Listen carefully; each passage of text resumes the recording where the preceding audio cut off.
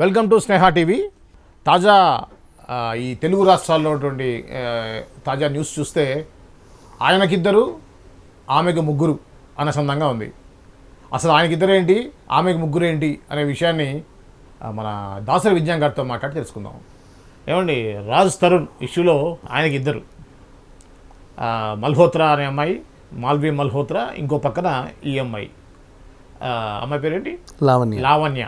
Okay, అలానే ఇప్పుడు ఇక్కడ శాంతి అనే అమ్మాయి విషయానికి వస్తే ఈమెకు ముగ్గురు.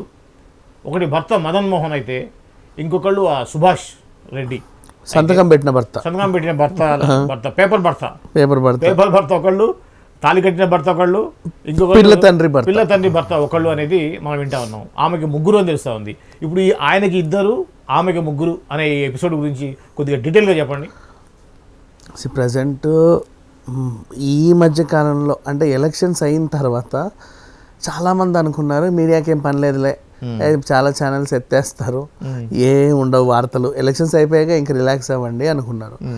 కానీ యాక్చువల్గా ఏంటంటే ఎలక్షన్స్ అయినా కాకుండా అంటే అవి 5 ఏళ్ళకి ఒకసారి వస్తాయి కదా, రెగ్యులర్గా జరిగే కథనాలు ఎప్పుడు ఏదో ఒకటి ఉంటానే ఉంటాయి. అది కామనే. ఇంకా చెప్పాలి అనుకుంటే ఇప్పుడు ఎలక్షన్స్తో సంబంధం లేకుండా బెంగళూరు రేవ్ పార్టీ ఓ పక్క అది చూశారు, ఇంకో పక్క ఇది చూశారు. అప్పటి నుంచి మొదలు పెట్టుకుంటే రాజ్ తరుణ్ ఇష్యూ అంతవరకు కూడా సడన్గా ఏవో ఒకటి వస్తూ ఉంటాయి తెర మీదకి, వాటి గురించి చర్చలు నడుస్తూనే ఉంటాయి. అంటే కథ వస్తుంది, అవి తెగవు అంత తొందరగా, కొనసాగుతూ ఉంటాయి.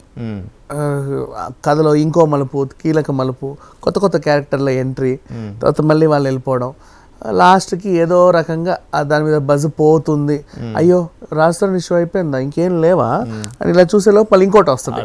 అంటే ఇప్పుడు మీరు చూడండి, ఒక పెద్ద గీత పక్కన అంతకంటే పెద్ద గీత గీసినట్టుగా ఉంది రాజ్ తరుణ్ ఇష్యూని. అది ఎప్పుడైతే ఆ అమ్మాయి నార్సింగ్ పోలీస్ స్టేషన్లో కంప్లైంట్ ఇచ్చిందో ఆ రోజు నుంచి, ఆ డే 1 నుంచి మొన్న ఈ శాంతి అనే ఆవిడ భర్త ఏదైతే కమిషనర్కి, ఎండోమెంట్ కమిషనర్కి కంప్లైంట్ ఇచ్చాడు అనే విషయాన్ని మీడియాకు తెలిసిందో అప్పటివరకు రాజ్ తరుణ్ బజ్ నడిచింది ఫుల్గా.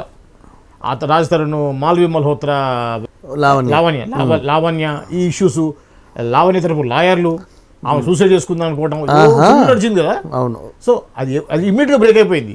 ఇప్పుడు ఇది తెర మీదకి వచ్చింది. అయితే సినీ ప్రముఖులు లేదా రాజకీయ ప్రముఖులు, ఇప్పుడు సినీ ప్రముఖుడి పాత్ర అయిపోయింది, న్యూస్ కి పాత్ర అయిపోయిందా అంటే ఆయన తరఫున ఇంకా కొత్త వార్తలు వచ్చేవేం లేవు. కొద్ది గొప్ప లావణ్య రక్తి కట్టించింది సూసైడ్ డ్రామా చేసి, ఆ తర్వాత ఇంకా అక్కడికి అయిపోయింది. అది మేబీ అది ఈ రోజు రేపో ఎల్లుండో ఓ సెటిల్మెంట్కి వస్తుంది. ఇప్పుడు మాల్వి మల్హోత్రా అంతకు ముందు వేరే అబ్బాయి తోటి, యోగేష్ అనే వ్యక్తితోటి ప్రేమాన్ని నడిపిందని, ఆ ప్రేమానికి సంబంధించిన వీడియోస్ని యోగేష్ వాళ్ళ తల్లి బయటపెట్టింది. అది ఎక్కువ జనంలోకి రాలే. ఈలోపు ఈ శాంతి ఇష్యూ వచ్చేసరికి అది మరుగుపడిపోయింది. యాక్చువల్ రాజ్ తరుణ్ కేసు ఇలా కొనసాగుతూ ఉంటే తెర మీదకి మళ్ళీ లావణ్య వచ్చి ఇలా, మళ్ళీ ఆయన వచ్చి ఒక సమాధానం, మళ్ళీ లాయర్ ఒక సమాధానం చెబుతా ఉండేసరికి మాల్వి మల్హోత్రా ఏదో సైలెంట్గా ఉంది. ఆ మీద కేసేసి నువ్వెందుకు నన్ను లాగావు, గచ్చిబౌలిలో కేసు పెట్టి ఆవిడ ఉంది.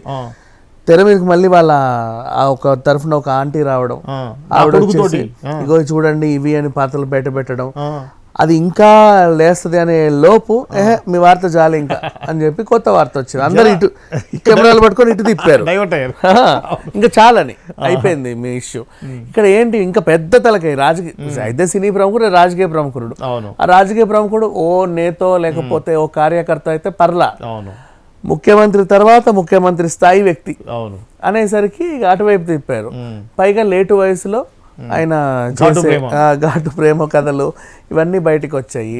పైగా దాంట్లో మళ్ళీ ఓ రిటైర్డ్ జడ్జి కూడా దాని గురించి పట్టించుకొని వీళ్ళు రాజకీయ నాయకులందరికీ బ్రోతల్ బిజినెస్ చేశారు అని చెప్పడం ఇంకా పెద్ద ఆరోపణ అయిపోయింది. ఎంతెంతమంది మంత్రులు ఢిల్లీకి వెళ్ళి వచ్చారు, ఎంతమందికి ఈవిడ ఎంతమంది అమ్మాయిలను ఎరవేసి పంపింది, ఆ ఎంతమంది అమ్మాయిల్లో ఈమెను కలిసిన వాళ్ళల్లో ఎంతమంది బాధితులు ఉన్నారు, పోనీ వాళ్ళకేమో న్యాయం జరిగిందా, అందులో ఎంతమందికి ఈవిడలాగా ఇంకెంతమందికి పిల్లలు కానీ ఉన్నారు, వాళ్ళందరూ ఏమయ్యారు, ఇది కొనసాగుతూ ఉంది. అంటే ఇప్పుడు ఏం చేసింది, ఈమె ఉద్యోగాల పేరుతో ఉచ్చు వేసి డీసెంట్ అమ్మాయిలని వీళ్ళకి ఎరగా చూపించి జాబ్ చేస్తే చిల్లర రావు, ఇక్కడ చేస్తే ఎక్కువ వస్తాయి అని ఆశ చూపింది. ఆ మోజులో 100 మంది రాకపోయినా కనీసం 10 మంది అయినా సరే సొల్లు గార్చి వచ్చిన వాళ్ళు ఉన్నారు అని ఆ జడ్జి చెప్పాడు. వాళ్ళని ఈ మిగతా వాళ్ళందరికీ సప్లై చేసింది అని. మరి ఇప్పుడు ఇంకెంతమంది బయటకు వస్తారో. ఇప్పుడు ఈయనంటే ఒక బిడ్డ ఉంది, విజయసాయి రెడ్డి కొడుకు అని ఆయన భర్త చెప్పాడు. రేపు ఇంకొక ఆయన వచ్చేసి మా ఆవిడ కూడా ఇలా గర్భవతి అయింది, పలానా ఆయన ఆఫీసరే చేశాడు, లేదా మా కూతురుకు కూడా ఇలా అయ్యింది, పలానా పెద్ద మనిషి చేశాడు అని చెప్పే దాఖలాలు ఇంకా వస్తాయి. ఇప్పుడు మీరు ఒకటి చూడండి, మనం ఏదైతే వీడియో గతంలో చేసిన వీడియో ఏదైతే ఉందో ఈ యొక్క శాంతి గారి మీద చేసిన ఎపిసోడ్, దాని కింద ఒక కామెంట్ వచ్చింది. ఇప్పుడు ఆల్రెడీ దీంట్లో వాలంటీర్స్ ఉన్నారు కదా, వైసీపీ ప్రభుత్వంలో ఉన్నటువంటి వాలంటీర్స్లో మహిళల్ని ఎక్కువ మందిని ఈ విధంగా ఇబ్బంది పెట్టారు, చాలామంది ఇటువంటి వాటికి గురి అయ్యారు అని చెప్పేసి ఒక కామెంట్ వచ్చింది. ఇలా జరిగే అవకాశం ఉందంటారా? ఉంది. ఎందుకంటే ప్రతి చోట మంచి ఉంటుంది, చెడు ఉంటుంది. వాలంటీర్ వ్యవస్థ మంచి వ్యవస్థ. యాక్చువల్గా ఆయన ఎందుకు పెట్టుకున్నాడు అంటే ప్రతి 50 కుటుంబాలకి ఒక మనిషిని పెట్టుకుంటే వీళ్ళు ఎప్పటికప్పుడు మోటివేట్ చేస్తూ ఉంటాడు వాళ్ళని. వైసీపీ పార్టీ పరంగా ఓటేయండి మీ సమస్యలు మేము చూసుకుంటాం అని చెప్పేసి. అలా ఒక మనిషి 50 ఇళ్ళని సూపర్వైజ్ చేస్తున్నాడు అంటే దాంట్లో ఒకరిద్దరు సింగిల్ లేడీస్ ఉంటారు, వయసుకు వచ్చిన కూతుర్లు ఉంటారు. ఏదో ఒకటి సందర్భంలో ఈయన కొంచెం కకృతి పడ్డాలు ఇట్లాంటివన్నీ అవుతాయి. అవ్వవు అని ఇక్కడ అందరూ శుద్ధపూసలు ఉంటారు. అది కాదు విజయ్ గారు, ఇప్పుడు వాలంటీర్స్ మామూలు ప్రజలను ఇబ్బంది పెట్టడం ఒక ఎత్తు అయితే, ఈ వాలంటీర్స్ జాబ్ తీసుకున్న వాళ్ళు ఎవరైతే ఉన్నారో వాళ్ళల్లో కూడా కొంతమంది మహిళల్ని ఇబ్బంది పెట్టారు, వాళ్ళు కూడా ఇబ్బందులకు గురి అయ్యారు అని చెప్పేసి అంటున్నారు. అవును అన్ని రకాలుగా అయ్యాయి. అండ్ నెక్స్ట్ ఇంకా చెప్పాలి అంటే మహిళ కనిపిస్తే ఆవిడ్ని ఏదో చెయ్యాలి అని చెప్పి కొంతమంది ఉంటానే ఉంటారు. ఇది ఇప్పుడు రాజకీయాలు ప్రముఖులు, సినీ ప్రముఖులు అయితే మాట్లాడుకుంటాం కానీ బయట ప్రపంచంలో కూడా బోల్డ్ జరుగుతూనే ఉంటాయి. వీళ్ళు ఏం చేస్తారంటేనండి పేపర్ యాడ్లు కూడా ఇస్తారు. ఏ బాధరా బందీ లేని మహిళ కావాలను ఇంటి పని వంట పని చేయడానికి.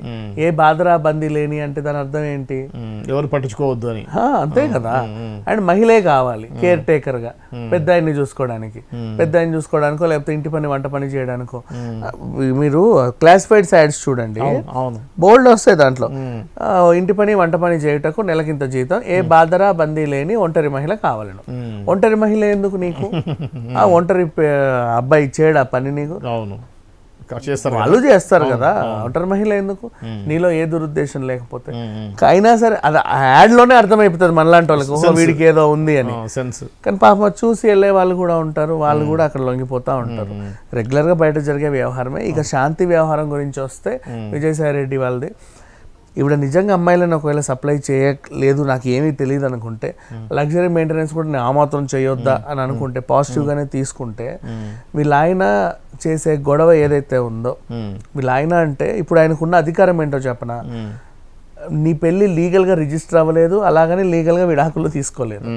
లీగల్గా రిజిస్టర్ కాకపోయినప్పటికీ నీ వివాహం చెల్లుద్ది, సాంప్రదాయ ప్రకారం జరిగింది కాబట్టి. ఎగ్జాక్ట్లీ. కానీ నీ విడాకులు చెల్లవు. విడాకులు ఖచ్చితంగా లీగల్గా నువ్వు విడిపోవాలి. అంతవరకు మాకు పెద్దలు కుదిర్చిన వివాహం పెద్దల దగ్గరే మేము ఒక మాట అటు తిరిగి ఇటు తిరిగి కటిఫ్ అనేసాము, అయిపోయింది అంటే కుదరదు. నీ చెల్లదు. ఇప్పటికీ ఆయన ఇంకా భర్త హోదాలోనే ఉన్నాడు ప్రెసెంట్. ఆమె ఇప్పుడు అప్లై చేస్తే మళ్ళీ సంవత్సరానికి వస్తుంది విడాకులు.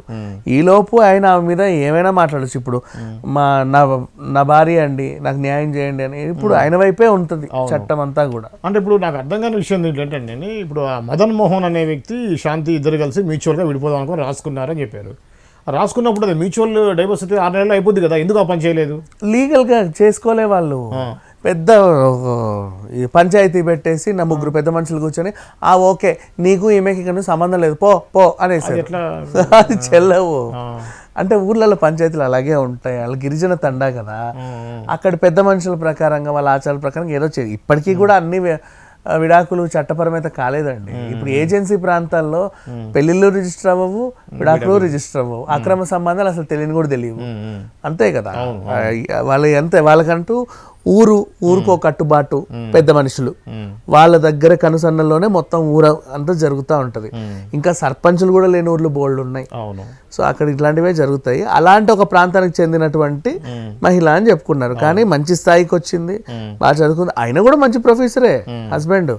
కాకపోతే ఈవిడేంటో ఆ ఎండోమెంట్ డిపార్ట్మెంట్ లో ఉంటూ పెద్దోళ్ళతో పరిచయాలు ఉంటూ వాళ్ళతో ఇంకో రకంగా వెళ్తూ ఈ వ్యవహారం అంతా బాగా నడిపింది. ఇకపోతే విజయసాయి రెడ్డి మీదే ఆరోపణలు వచ్చాయి. లేదంటే విజయసాయి రెడ్డి గారి మీద ఆరోపణలు వచ్చాయి కాబట్టి ఆయన మీడియాకి ఎక్కేసి అందరినీ వాడు వీడు అని వైజాగ్లో ఉండి ఆల్రెడీ TV5 మన మహా న్యూస్ విత్ పేర్లు పెట్టి ABN ఇటు వంశీ గారి పేరు పెట్టి అటు వెంకటకృష్ణ పేరు పెట్టి ఇక్కడ సాంబాడు అని చెప్పేసి ఇష్టం అరే ఒరే అనుకుంటే మాట్లాడాడు. సో మనం దీన్ని ఏ విధంగా చూడాలి? నిజానికి నువ్వు దోషివి కానప్పుడు, నువ్వు తప్పు చేయనప్పుడు ధైర్యంగా వచ్చి DNA చేసుకోండి నేను కాదు అని చెప్పి నువ్వు కాళ్ళ దగ్గర చెప్పొచ్చు కదా. ఆయన ఇంకోటి కూడా అంటున్నాడు, నువ్వు చెప్పావు, మీరు నలుగురే చెప్పారు ఈ వార్తని, ఆ నలుగురు చెప్పలేదే అంటే ఆ 4 ఛానల్ నీకు ఒత్తాస పథకం ఉండొచ్చు కదా. అంతే కదా. అంటే ఒక ప్రముఖ సూపర్ స్టార్ మెగాస్టార్ వల్ల పాప లవ్ మ్యారేజ్ చేసుకుంటే నువ్వు లైవ్ టెలికాస్ట్ చేసిన ఛానల్స్ ఎగ్జాక్ట్లీ అప్పుడు ఒక మహిళే కదా, ఆయన ఒక సెలబ్రిటీ కదా, ఆయన కూడా సెలబ్రిటీ. ఆయన బిడ్డ విషయంలో అంతా నువ్వు రచ్చరచ్చ చేసినావని ఈ రోజు ఎందుకు చేయట్లేదు ఈ ఛానల్స్? వాళ్ళకి వత్తాసు పలికే ఛానల్స్. ఎలక్షన్ ముందు కూడా వాళ్ళ భజన చేసే ఛానల్స్ అంతే కదా. ఏ ప్యాకేజ్ ఎందుకు మీకు? ఇప్పుడు అంతెందుకు సాక్షి ఉంది, నువ్వు జగన్ తిడుతూ ఎవరు వచ్చినా సరే ఆ వార్త వాళ్ళు ఏం కూడా ఏరు. అవును, ఛాన్సే లేదు అసలేరు. అవును, అదంతే. అది కాకుండా ఇప్పుడు మన ఇప్పుడు TV5 మూర్తి అదే చెప్తున్నారు, నువ్వు ఆ ప్రెస్ మీట్ ఏదో నువ్వు వైజాగ్లో ఎందుకు పెట్టావు అంటే నీకు అక్కడ గ్రిప్ ఉంది కూడా పెట్టావు. అదే విజయవాడలో హైదరాబాద్ ఎందుకు పెట్టలేను? ఇక్కడ ప్రెస్ క్లబ్ రా వచ్చి హైదరాబాద్ ప్రెస్ క్లబ్లో సోమాజిగూడలో ప్రెస్ మీట్ పెట్టు. అంతే కదా. అడిగే వాళ్ళు క్వశ్చన్స్ అడుగుతారు. అక్కడ నువ్వు జర్నలిస్ట్ మీద అరే ఎవరైనా మాట్లాడితే అంత పిచ్చోళ్ళగా కనబడుతుందా జర్నలిస్ట్? న్యూస్లు వేస్తానే ఉంటారు, ఎందుకంటే ఛానల్ పెడతారంట ఆయన, కొత్త ఛానల్. మళ్ళీ ఇక్కడ ఇంకొకటి ఉంది లిటుకు, నేను ఈ పార్టీలో ఉన్నా లేకున్నా నా ఛానల్ మాత్రం మంచి వార్తలే వేస్తుంది, పార్టీకి సంబంధం లేదు అన్నాడు. అంటే ఆయన పార్టీ మారే అవకాశాలు ఉన్నట్టు కూడా తెలుస్తానే ఉంది. అది కాకుండా జర్నలిస్ట్ ని బ్లాక్ మెయిల్ చేయడం ఇది. ఎగ్జాక్ట్లీ. జర్నలిస్ట్ కి నేను ఛానల్ పెడతా అంటే రేపు మీకు మంచి మంచి పొజిషన్లు ఇస్తాను, మీకు మీరందరూ నా గురించి మంచి వార్తలు రాయండి, మంచిగా రాయండి, నేను ఏ తప్పు చేసినా నా గురించి మంచిగా రాయండి, మీ అందరికి ఉద్యోగాలు కల్పిస్తా అని చెప్పేసి ఇండైరెక్ట్ గా నువ్వు ఇది చేస్తున్నట్టుగా వాళ్ళని మభ్య పెడుతున్నట్టుగా. 100% అంతే. ఇప్పుడు నువ్వు అక్కడ 4 లక్షలు తీసుకుంటున్నావా, నీకు 5 ఇస్తాను నా దగ్గరికి వచ్చాయి, 1 లక్షకి పని చేస్తున్నావు 2 లక్షలు ఇస్తాను నా దగ్గరికి వచ్చేసాయి, నాకు ఫేవర్ గా ఉండు, ఇంకెప్పుడు నాకు తప్పుగా మాట్లాడు. ఈ విధంగా మన జర్నలిస్ట్ మిత్రులు 90% జెన్యూన్ గా ఉంటారు, అందులో డౌట్ ఏం లేదు. కాబట్టి దీన్ని ఏ విధంగా అర్థం చేసుకోవాలి? ఈ రోజు మూర్తి వార్త వచ్చింది, మాట్లాడొద్దంటే ఎట్లా అంటే నెక్స్ట్ మళ్ళీ ఇంకో డిమాండ్, మాట్లాడు కానీ నా గురించి మంచిగా చెప్పంటే ఎట్లా? అక్కడ జరిగింది చెప్తున్నారు. అదే కదా. గిరిజన మహిళ అని మీరు అంటున్నారు, మహిళ అయినా ఒకటి, పురుషుడు అయితే ఒకటే.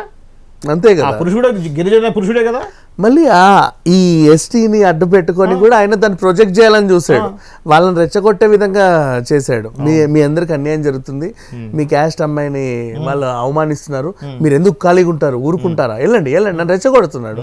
ఉన్మాది లక్షణాలు ఇవన్నీ చెప్పాలంటే. ఇప్పుడు ఒకటండి, శాంతి ఏడవడంలో కానివ్వండి, సాయి గారు అరవడంలో కానివ్వండి మీనింగ్ లేదు. మాటలు నిజాలు అబద్ధాలుగా, అబద్ధాలు నిజాలు చేసిన తర్వాత ఈ రోజు వచ్చేసి ఏడ్చుకుంటూ గట్టిగా అరే ఎవరే నరిసేంత మాత్రాలు అబద్ధాలు నిజాలు కావు, నిజాలు అబద్ధాలు కావు కదా. ఎగ్జాక్ట్లీ. సైలెంట్గా ఉన్నా సరే ఎవరేమనుకోరేమో కానీ నువ్వు రెచ్చిపోతేనే కదా వచ్చేది చిక్కు. ఇప్పుడు ఇంకా వార్తలు డబుల్ ట్రిపుల్.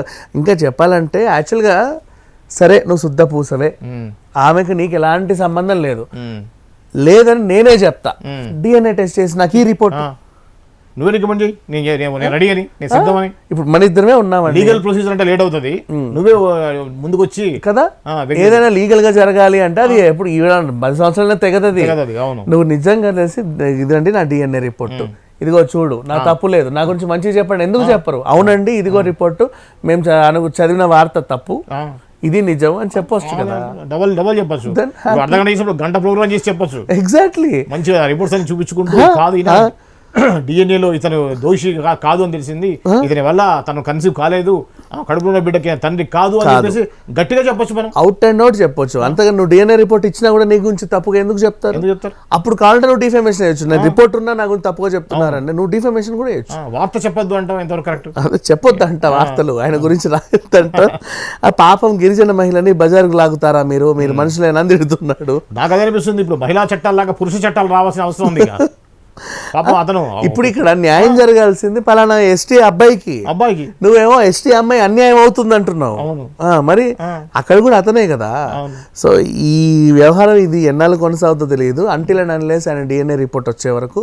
ఆయన డిఎన్ఏ రిపోర్ట్ రాదు. అండ్ ఈయన కొత్త ఛానల్ అంటున్నాడు, మరి అది ఎంతవరకు నిజమో తెలియదు.